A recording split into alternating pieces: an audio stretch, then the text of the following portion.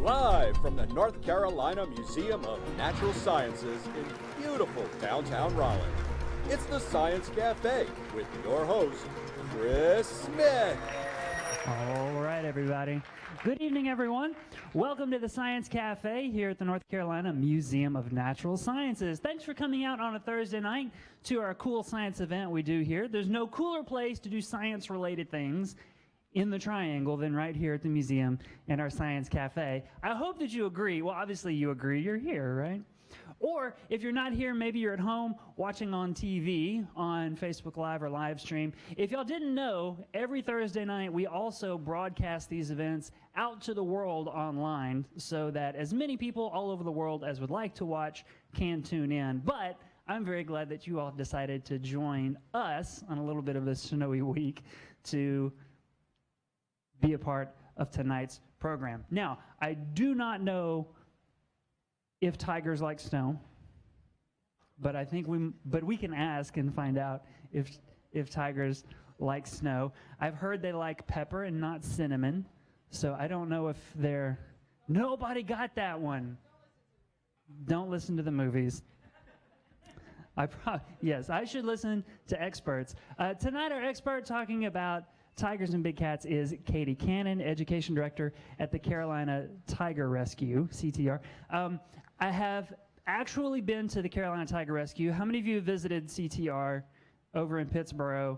Several folks that Katie brought. That's good. I'm glad you've been there too. And several other folks. That's cool. It's a cool place, right? If you've not been, you should definitely visit. When I was at Duke, I was working on a research project about lions in the African savanna. And so there's like 25 of us in this research group working on lions. We're thinking about lions and reading about lions. And then one day we said, we should actually go look at some lions. And so we booked a tour, went to the tiger rescue, and of course we got to see some lions and tigers and lots of other really cool predator species and kinkajous and caracals, and the tour was fascinating. The coolest part, though, were the people cages that are just in case something goes wrong and you like hear a whistle blow or something. I'm not sure how it works. You hightail it to the closest people cage. That's a lot of fun. But we didn't have to do that. We made it through safe and fine. I'm sure if you go visit, it'll work out for you too. But let's learn a little bit more about them. Put your hands together and welcome to the Science Cafe, Katie Cannon.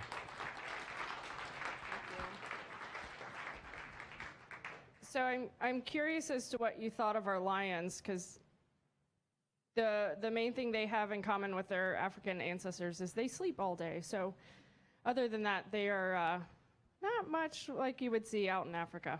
We loved them. Oh, we do too, for sure. So I'm Katie. I'm the Education Director at Carolina Tiger Rescue. Thank you so much for having me. I'm going to talk about tigers, of course, because that's what I do.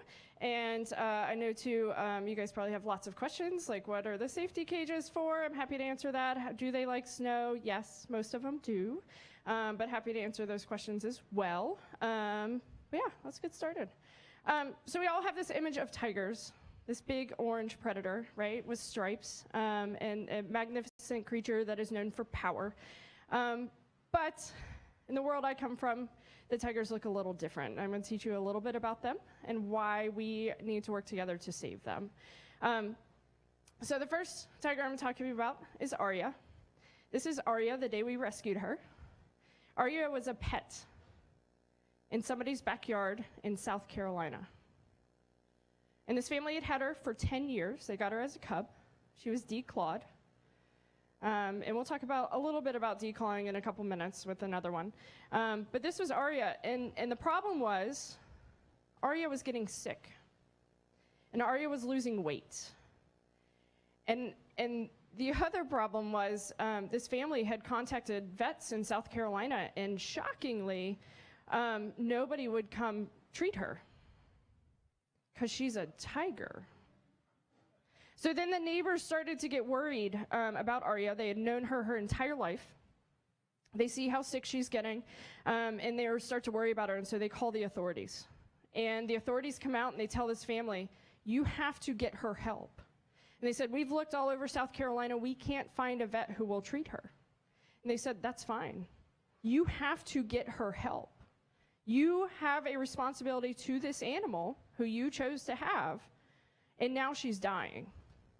So the authorities gave them a couple days to figure out what they were going to do, and in the meantime, they called up to North Carolina, Carolina Tiger Rescue, and said, we've got a problem. We have a tiger who's dying. And so we said, all right, we'll come down and see what we can do. So it turns out, Aria has EPI, exocrine pancreatic insufficiency. When we get down there, she's skin and bones. We weren't sure she was going to make the journey back to North Carolina. When we got her back to North Carolina, she was still alive. And that night, we decided that we were going to leave her in her crate before we put her in quarantine, this is a picture of her in quarantine, because it was the middle of the night, and if anybody has cats at home, you know, if you change one thing in their life, you have rocked their entire world. And they're pretty sure the world is ending. Right? Imagine taking an animal as large as this who doesn't feel well from their home, the only home she's ever known. And so that night we decided we're going to leave her in her crate. We'll move her into quarantine the next morning. We were certain we were going to come back in the morning to a dead tiger. But Aria said, nah, not me. I'm not done yet. We get her into quarantine. We get back next morning. She's alive. We get her into quarantine. And our vet sedates her and takes a good look at her and gets blood work done. And she has EPI, exocrine pancreatic insufficiency. So your pancreas does a couple things. One, it regulates your blood sugar. We all heard of diabetes. The other important thing that your pancreas does is it produces the enzymes needed to digest your food. So the part that regulates your blood sugar, totally fine. The part needed to digest the enzymes to digest her food, not working. They were feeding her and she was starving to death. This is only things that a vet can figure out.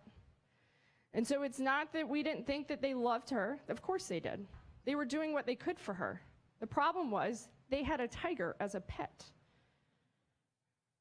Right? Small problem. So what we did was we fed her beef pancreas, and it's the processed pancreas of a cow. And what this beef pancreas does is given with her food, it breaks down that food enough so that she can then digest and absorb all the nutrients and the calories she needed.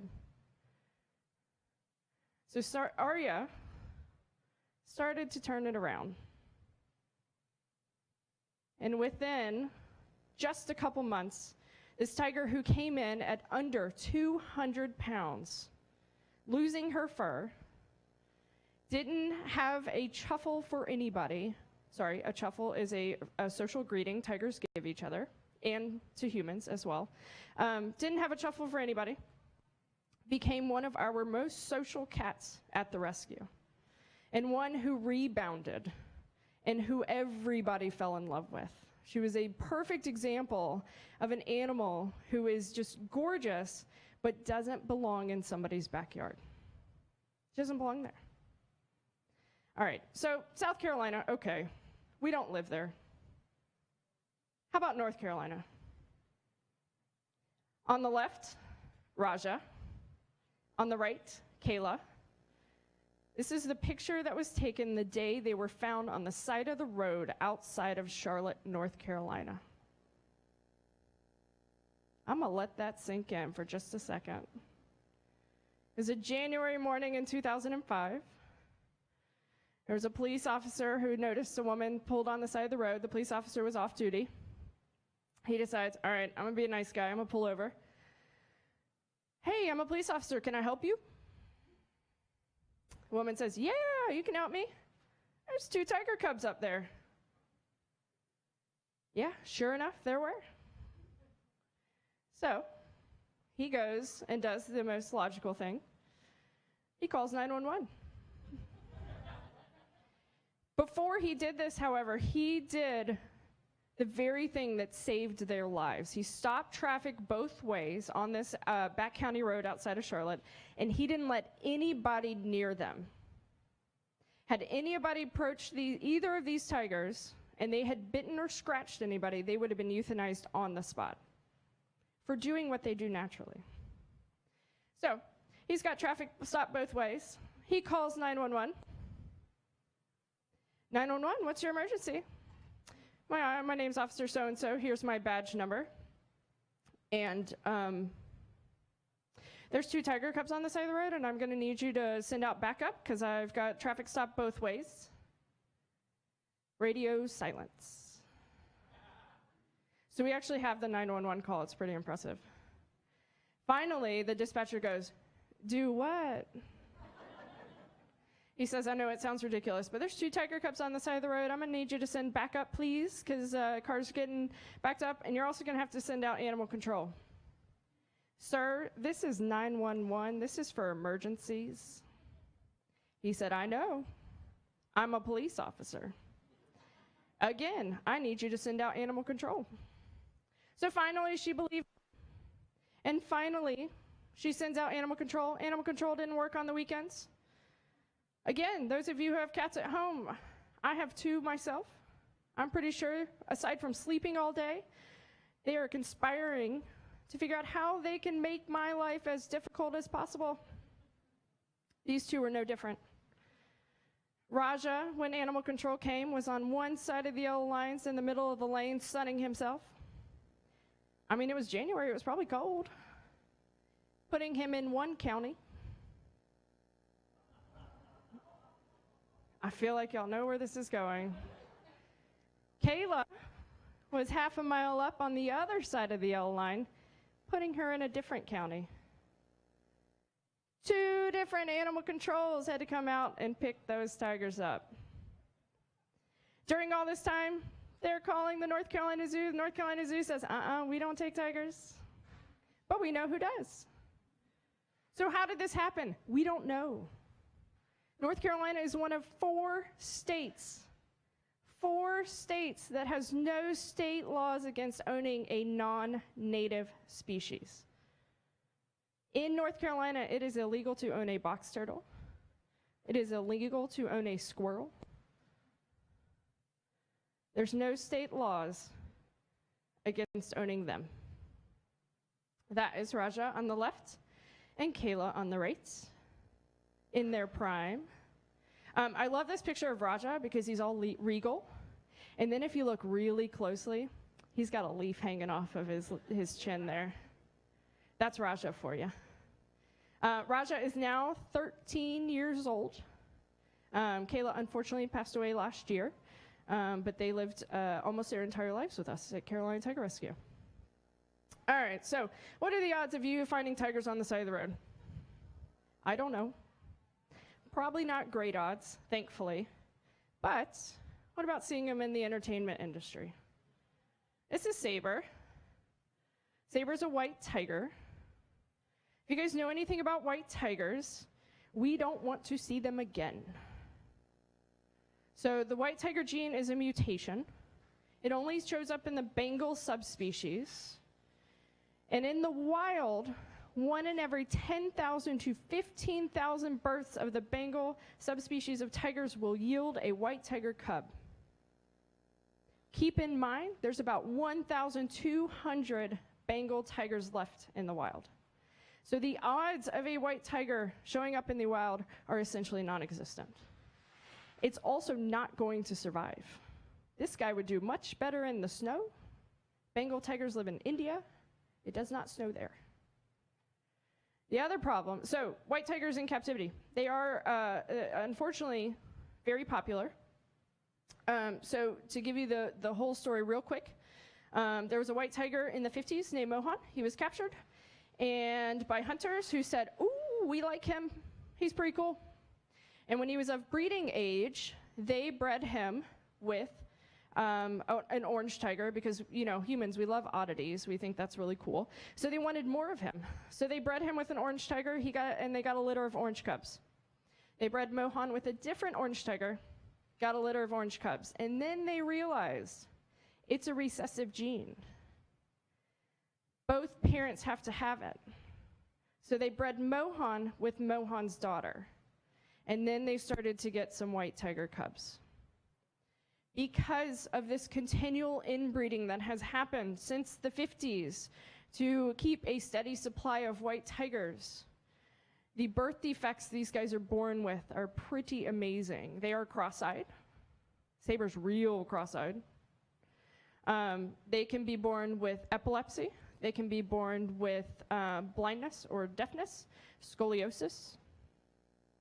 But they're huge, huge, huge in the entertainment industry. And I bring this up because Saber, if you look really closely in his mouth, he's missing his canines. When Saber was a cub, he was actually bred for a magician in Las Vegas. And when he was a cub, he was defanged and declawed. His teeth were his canine teeth, 2 to 3 inch canine teeth, were filed down so far that the pulp is exposed on all 4 of his canine teeth.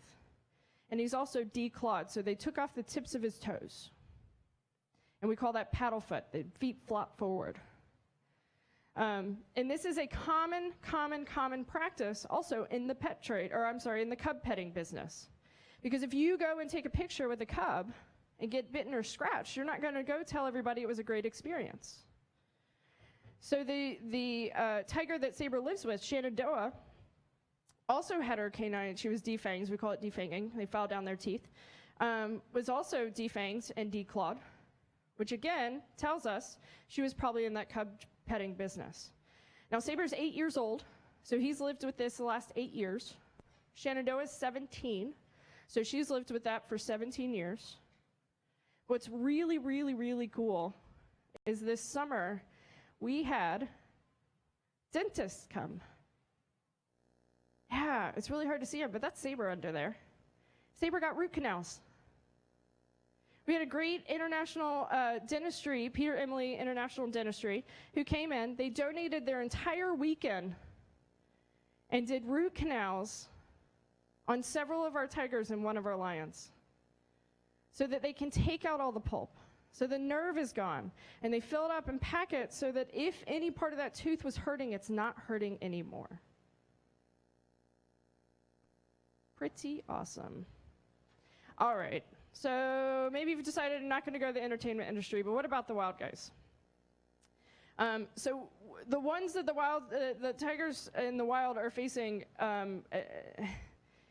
amazing odds to survive. So this is Zalushka, and the bottom left picture is Zalushka when she was found orphaned. Her mother was probably killed by a poacher, and she was found by hunters, and starving and with frostbite. And this wonderful organization, IFAW, International Fund for Animal Welfare, stepped in and said, let's see what we can do for her. And so they took her in and they put her in a large enclosure. They treated her. They actually amputated part of her tail that had frostbite. And so they always can find out which one's Zalushka because she's missing part of her tail. And they put her in this large enclosure, and essentially she learned to be a wild tiger. And in 2015, she was re-released into the wild. And what's even more amazing is she was the first rehabilitated and re-released Amur tiger, Siberian tiger, to give birth. And those are 2 of her cubs. And what's even more amazing, as I was preparing for tonight, is I saw that actually this past February, she had her 2nd litter. So here's a tiger who was certain death was upon her, who now is able to help repopulate the Siberian tiger population. All right. So here's just an example of where some of our tigers have come from. They come from the cub petting industry. Has everybody heard about cub petting? No? So cub petting is when you get to go, or photo opportunities with cubs. It's when you get to go and take pictures with these cubs. And there's a few problems with that. First of all, those cubs, as you can see, as this woman scruffs them and holds them up, are taken from their mothers as soon as they're born. Because mom's only making money if she's making babies. And in the wild, a wild tiger mother will have a litter of cubs every 3 to 4 years. And in captivity, if she's breeding to have her cubs taken away for the cub petting business, she's going to have 3 or 4 litters a year. She's always pregnant, breeding, or giving birth. That's emotionally exhausting to continually have her babies taken away, and physically exhausting. And then what about the cubs? So the USDA says, okay, cub petting's okay for as long as the cubs are between the ages of 8 weeks and 12 weeks old. So for 4 weeks of these cubs' lives, they're worth something. And then what? Most are euthanized. Some are sold into the pets trade. Some are sold into the parts trade. Some are bred again when they're of age. Some, hopefully, eventually, end up in a sanctuary. All right. And the picture on the right, that is Apache. Apache in a literal junkyard. When we went and rescued Apache, there was a pile of cow skulls this high. Rats this big running around in a junkyard. He had to be sedated and cut out of his cage because he was put in there as a cub. This is happening in the United States, and the problem is we don't know where they are. We know the USDA has calculated the number of tigers in USDA facilities. And there's about 2,500 tigers in USDA facilities. That's facilities like Carolina Tiger Rescue, like the zoo. Other facilities around who allow the public to come and view their animals. We don't know how many are in people's backyards. Some estimates are as high as 7,000. Is it that many? No idea. Because in most states, you don't have to register your tiger. North Carolina being one of them. And then the other problem, the bottom picture, is of course when they're in the entertainment industry. First of all, tigers are solitary animals. So to see 3 tigers in a small enclosure and then now one going through a flaming hoop, that's a problem. That's a disaster waiting to happen. All right, so let's talk about the wild ones. In 1900, there were 100,000 tigers of 9 different subspecies. 100,000, 118 years ago. 2018, 3,800 tigers of 5 subspecies. That's a 96% decrease in just over 100 years. So the question is, why?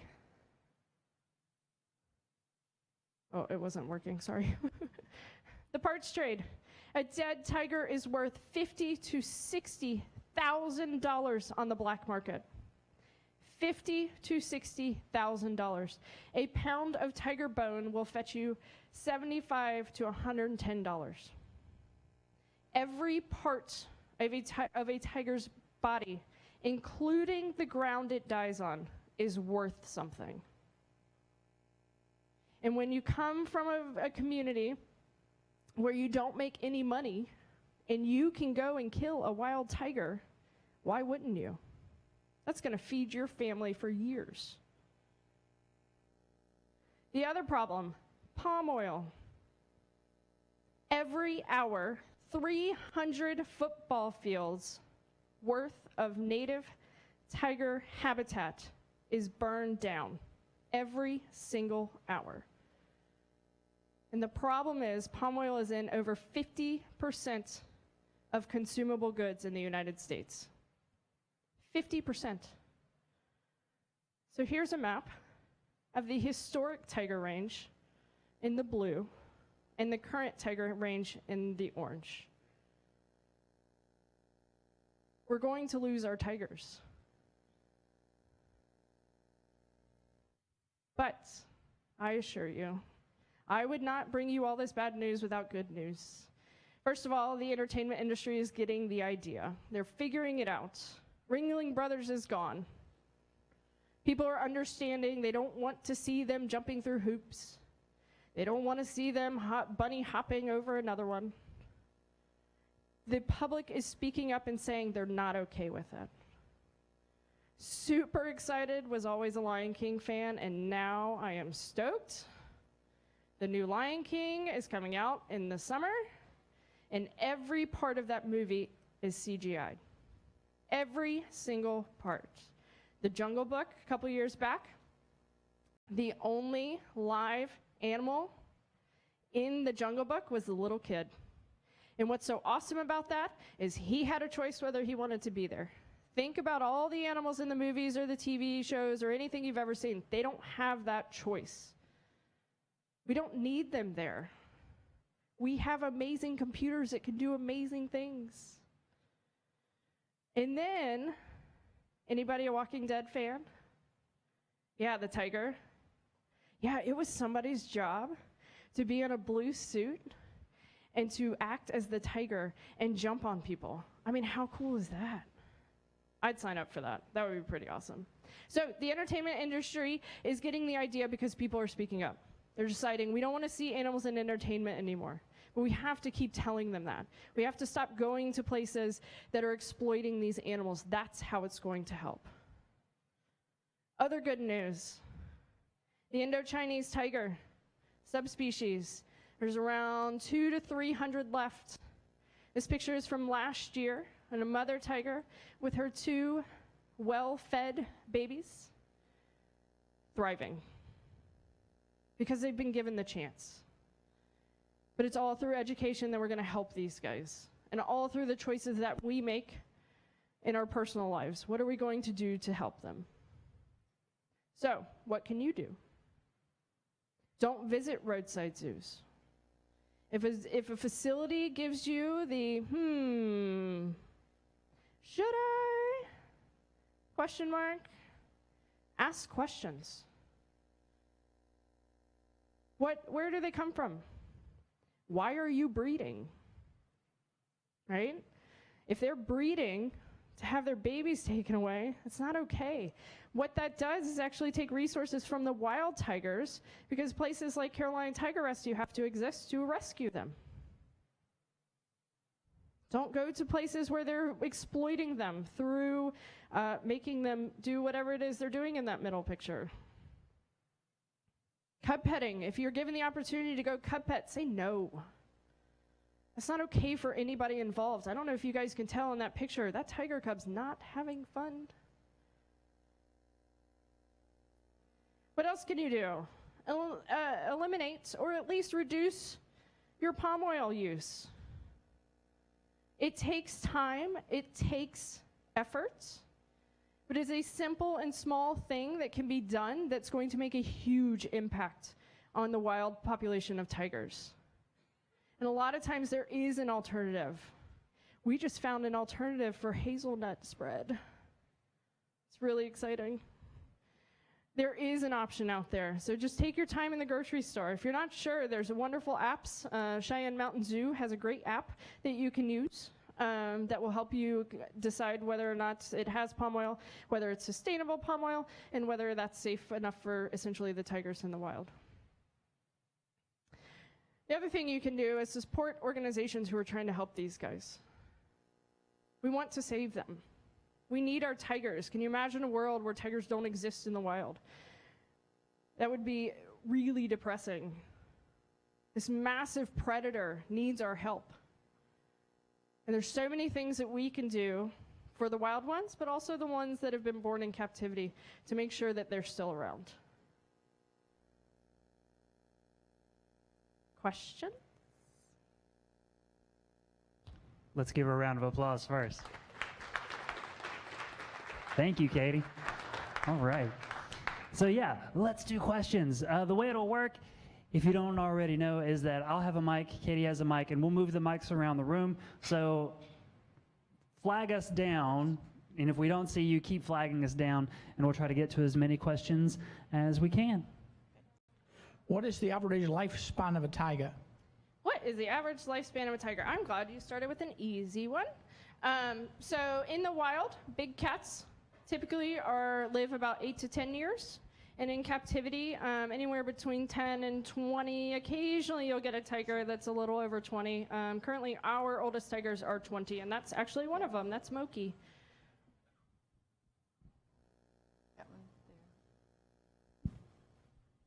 Do you know if there are any resources on maybe like a website or something that could tell us what doesn't have palm oil and what does? Yeah, so if you look up Cheyenne Mountain Zoo, that's a great one. They've done a lot of work in identifying good and bad resources for palm oil. And of course, off the top of my head, I can't think of another one Yeah, so we tend to look at the ingredients. The problem is that palm oil has about 15 different names at least. So it's just starting to identify what those different names are and just kind of looking at the back. There tends to usually be a trend. A lot of, I won't say all obviously, but I tend to find that store brands actually don't use palm oil as much. So similarly to that police officer that wasn't believed with the tiger, I saw a mountain lion one time in Hawaii, and it was, imported there illegally. And the police did not believe me when I called 911. How many reports do you think there are of tigers or lions or large cats or running around that are not believed? Yeah, so if that, I believe you that there was a mountain lion there, and no, he definitely was taken there at some point.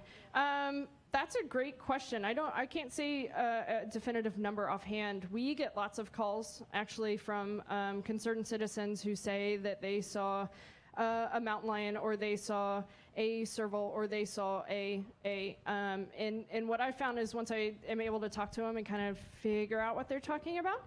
One guy was convinced he saw a mountain lion, and I'm not saying that you didn't. And it turned out to be a bobcat. So we do get lots of calls. Bobcats don't live in Hawaii either, so I'm not saying that's what you saw. The problem is with your small cats like servals, there is a bigger likelihood that it could be out there. We've seen lots of news articles and all that, and news stories where somebody's pet serval went through their front window trying to chase after something. And that is probably going to be more likely than, say, a big guy, because big guys have a really hard time hiding. Yeah. I'm sorry, I don't have a definitive number.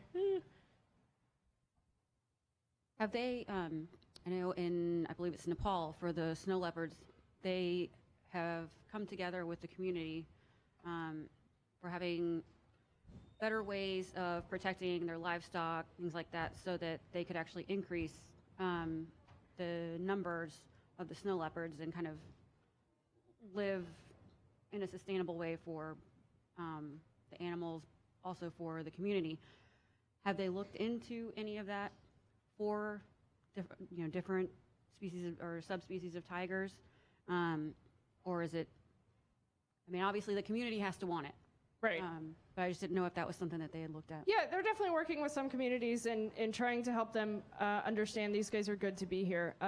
In the Sundarbans, they actually, it's interesting. On one side, the local people are going, it's their territory, and if we go into their territory and we don't come back, that is not the tiger's fault, which is great, and also hard to hear, because people are losing their lives at times. And then on the other side, it's, oh, no, we see one, we're going to kill it.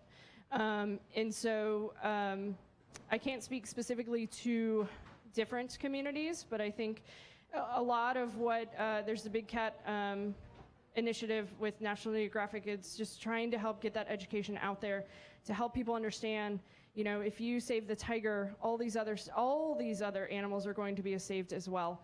And that's part of what we're here for too. And obviously we are doing it from the other side of the world. I can't speak to specifically any specific initiatives, but I do know that there are. I have heard of some out there, I just can't remember them. Yeah. Thank you for a wonderful talk. I have a question. You mentioned about humans exploiting animals by declawing or filing their canines. I wonder, what are your thoughts on spaying and neutering pets, dogs and cats? We are depriving them of their natural desires. Oh, yeah, I deal with tigers. I can't speak to dogs and cats. We at the rescue we neuter our males if they're with a female. And our reason behind that is if we are allowing ours to breed, cubs come, obviously. Cubs are extremely expensive, and that's going to take the resources away from future animals that we can rescue. And these tigers aren't tigers that can help the wild populations. One thing I didn't mention, I failed to mention, I apologize, is we don't have a particular subspecies of tiger. The only tiger who we know is at least one part of a subspecies that he is saber, our white tiger, because we know that the white tiger gene only shows up in the Bengal subspecies. And I bring that up because when people ask us what kind of tigers we have, they're mutt tigers. People ask, what kind of tigers do you have? They're orange. They're orange, and they can't help the wild population, and they're taking the resources away from the wild populations because we're having to worry about the potential thousands of tigers out there that we may have to help rehome at some point, and instead of focusing our efforts on saving the wild population. So we personally, at the rescue, will neuter our males so that there are no babies born. As far as dogs and cats, sorry. What's the average size of a tiger litter? A tiger litter? Mm-hmm. Good question. Between 2 and as many as 5 or 6. Their mortality rate is about 50%, though. So tell us a little bit about the Carolina Tiger Rescue. Oh, when I know it that one. began and well, you know that? Okay, good. I do. I know that one. So we're located in Pittsburgh. And as Chris was saying earlier, that we do have tours. We do our tours on Fridays, Saturdays, and Sundays. And we are the only way to come see our animals is on a tour. So what's really important to us is that our animals don't become desensitized to humans. We want you to have a good experience. We want them, more importantly, to have a great experience. And so we have, on the days we do tours, we max it out at 4 tours, no more than 25 people on each tour. So they're not seeing, aside from, of course, staff and volunteers, they're not seeing more than 100 people on a given day. And we limit those tours to no more than 5 days of tours a week. So they always have 2 days off. And what we want from that is so that they are interested and will come up to the fence, not to you, to the fence.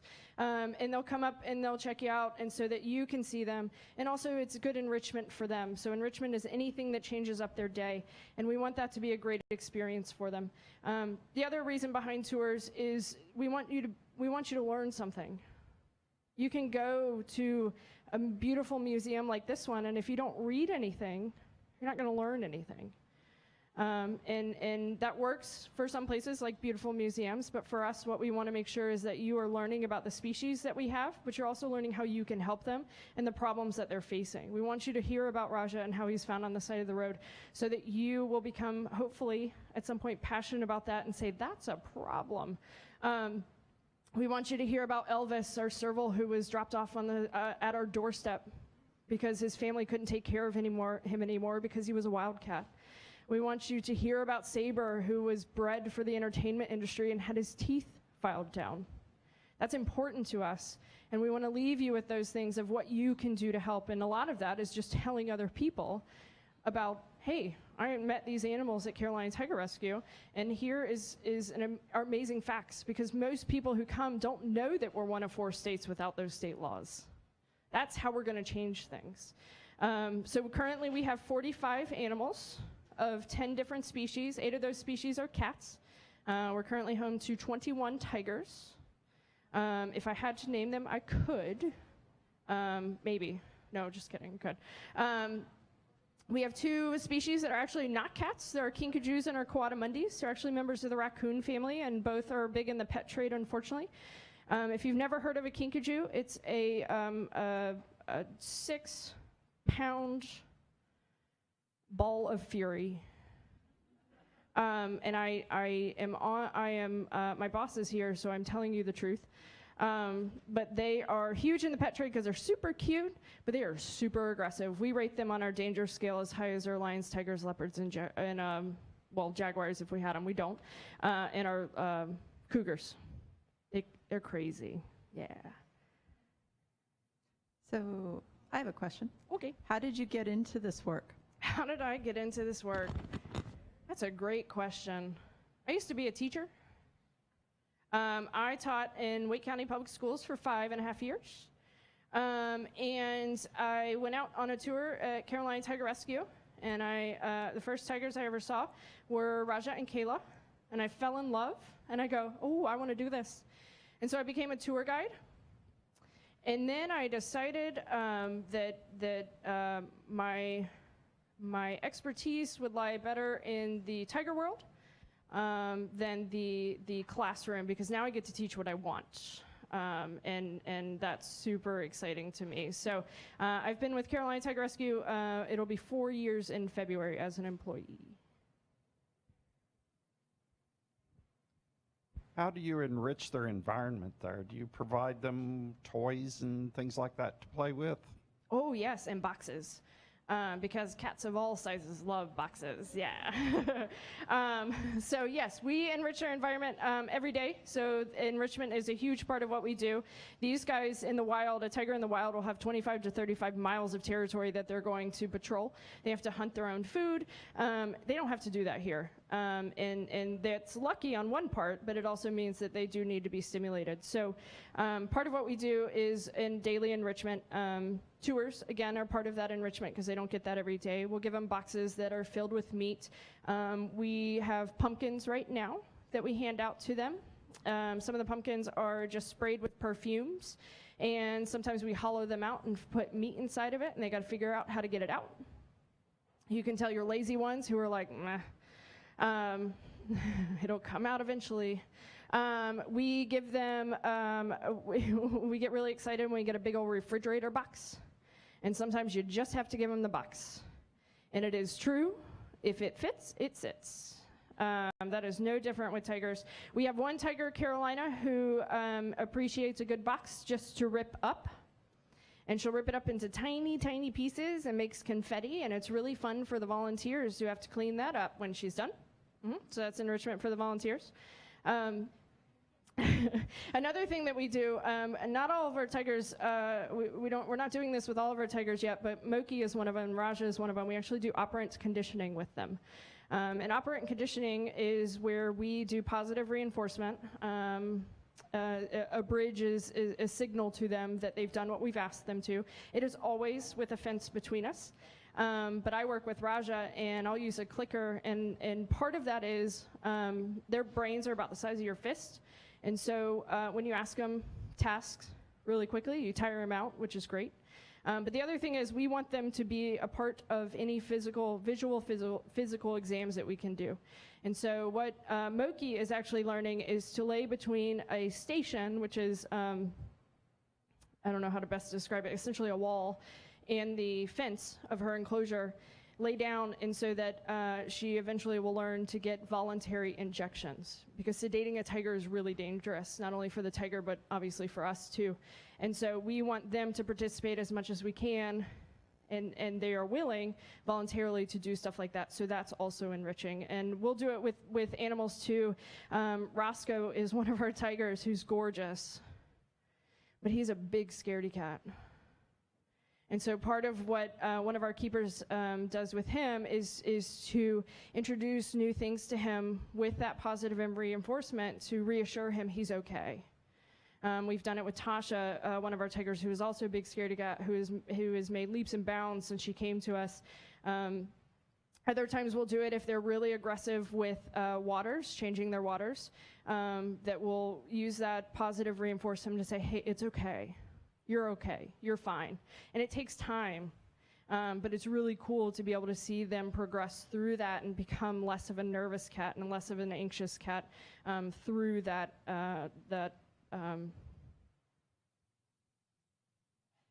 operant, thank you, operant, that word, operant training. So I'm trying to think of other enrichment we've done. Christmas trees, they'll get those soon. That's really exciting. The snow was great enrichment. We didn't even have to supply that. It fell from the sky. I said earlier, tigers love snow. Most of our tigers do. Our lions, No, we have a picture of Sebastian in his den box, and he's like, nah, I'm okay. Call me when the snow's gone. Yeah.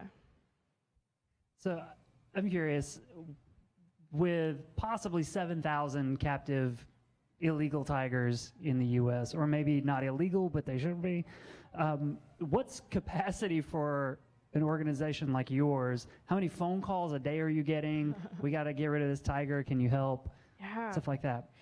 So capacity is a hard one to answer, and that is because it all depends on how the animals come in. Right now, we do not have an enclosure ready for a big cat, but that is something that we can put up if and when needed, and we're working towards putting another one up. In the spring, we rescued 4 tigers from the southwestern part of the United States, and they came in as a single and as a trio. And so we had a single tiger enclosure open, and we had one that could hold 3. If we got a call if we had 2 single tiger enclosures open and we got a call for a pair and a trio, we would have to decide, is this the best place for them, or do we need to work with other organizations to take them? We do have small cat enclosures open, and so saying capacity is a really hard thing. As far as the number of calls that come in, I don't know. The powers that be don't tell us until it's happening that a rescue's coming, because we get our hopes up, and then they're just stomped on that it's not happening. So we lower down in the education department, don't find out until it's happening. It's really hard to hear it's coming and then it's not coming, so yes. Thank you for the presentation. That was great. Oh, thank you. Can you tell us a little bit more about Carolina Tiger Rescue? How did it get started? Oh, yeah. How large is it? How is it funded? And Sure. so forth, and your plans for the future. And my plans for the future, or the rescues? Okay, Rescues.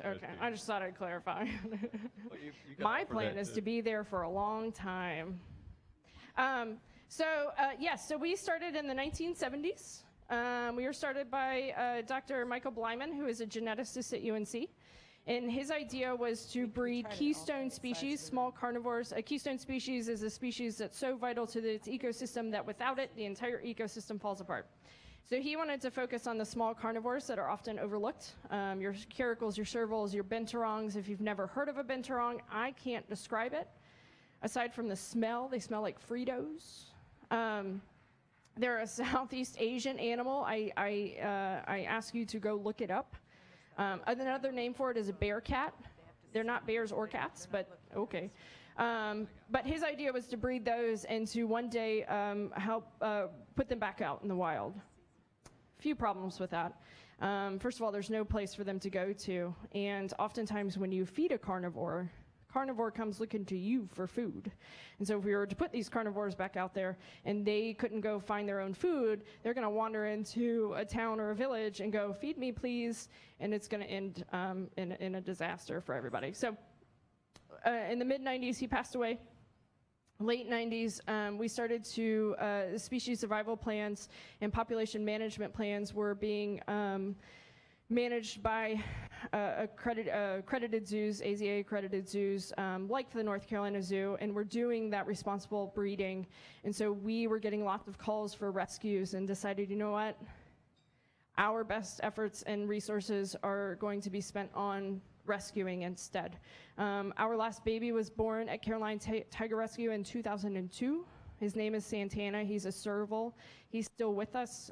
He was an oops baby. Oops, that vasectomy reversed itself. It's okay, we love him dearly. But he's one of our last surviving animals that was born at the rescue.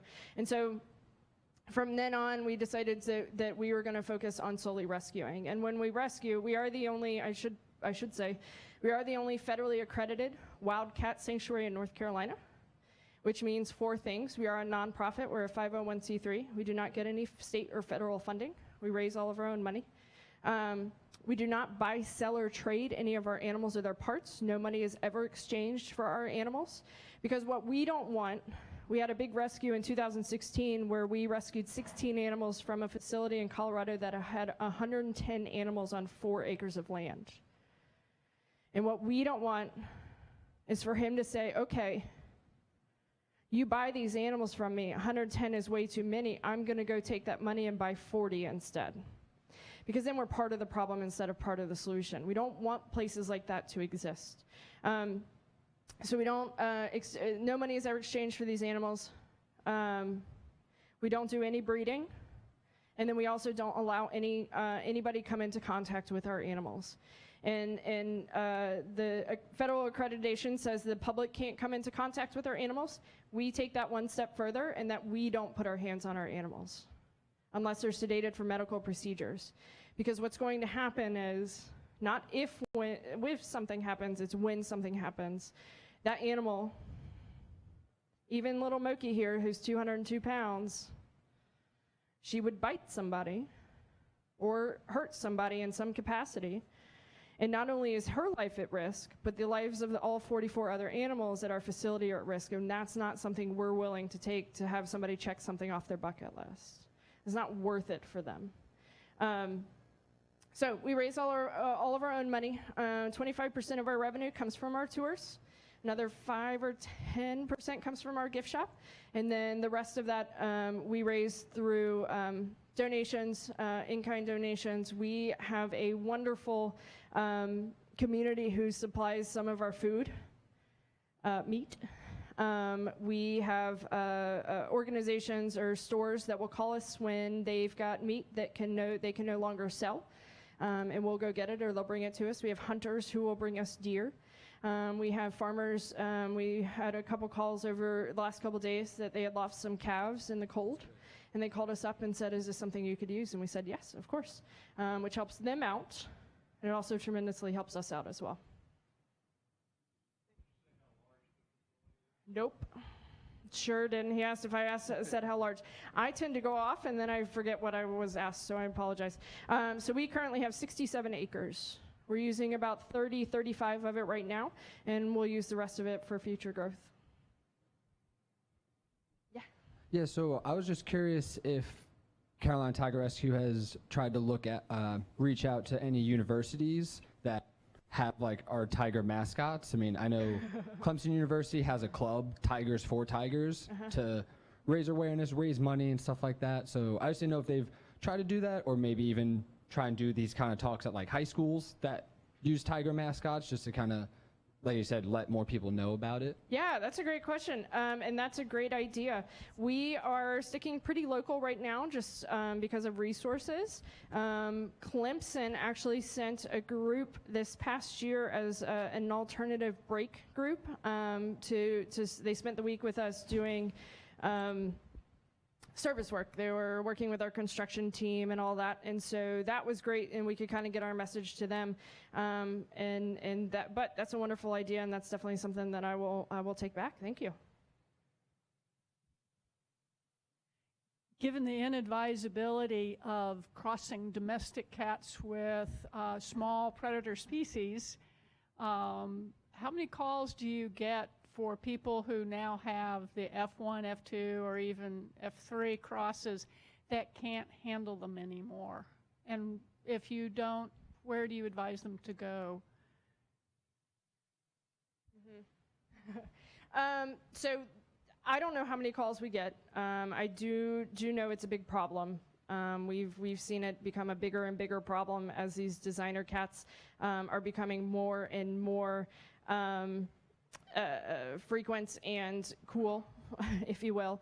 There is an organization in Minnesota, Wildcat Sanctuary, who actually will take hybrids. We will not, of that variety, because we don't have the enclosures for them. They need inside and outside space, and they just need different things than what our true wildcats need. So Wildcat actually in Minnesota has them. And I think currently, I heard at one point they had like 60 of them. And that could be, obviously it fluctuates and it may not be that high at this point, but that is a huge problem. And the problem is facilities like us aren't equipped to take them. Very few facilities will. and the pound won't take them. So unfortunately, a lot of them are being euthanized, and it's really unfortunate. And I joke on tours that I have a wild cat myself. She's a little gray mess. she's a domesticated cat, but it is one of those that you look at ours and go, one generation out, there is no way that would be safe. And a lot of people, unfortunately, are finding that, and we educate that on our tours too, of like, that's also not okay. So Katie, tell us how to learn more about Carolina Tiger. Yeah, so a great way to learn about us is to come visit us, of course. Come out at one of our tours and see our guys, because I can stand here and I can show you pictures, but until you're able to see one of our tigers chuffle and hear him chuffle at you and just be in the midst of them is pretty amazing. The other way is to visit our website, carolinatigerrescue.org. That's a great place. You're also, my information's on there. You're welcome to reach out if you have other questions. But it's for them. This is what we do it for Moki right there, and for the other animals at our rescue, and also the ones in the future that will need a new home at some point. Let's give Katie a round of applause. Thank you very much. You're good. You're good. All right. Thank you. Oh. And hey, thanks to all of you for coming out to the Science Cafe tonight. I hope you enjoyed tonight's program. Yeah, we did. And I hope that you'll join us for the next couple of Thursday nights in December. Next Thursday night is going to be one you won't want to miss. We don't miss any of them. But next one is Lies Your Fitbit Tells You. So just in time for all those holiday dinners and cookie parties, come and learn all the ways your Fitbit lies to you. That's going to be great. And then in 2 weeks, it's going to be a little bit of a New Year's Science Spectacular featuring me and local comedian Brett Williams. We're going to do some fun science demos, talk some really interesting New Year's Eve science topics, and stuff might explode and catch on fire on stage. So don't miss that one in 2 weeks. We'll see you here at the Science Cafe again soon. Good night, everybody.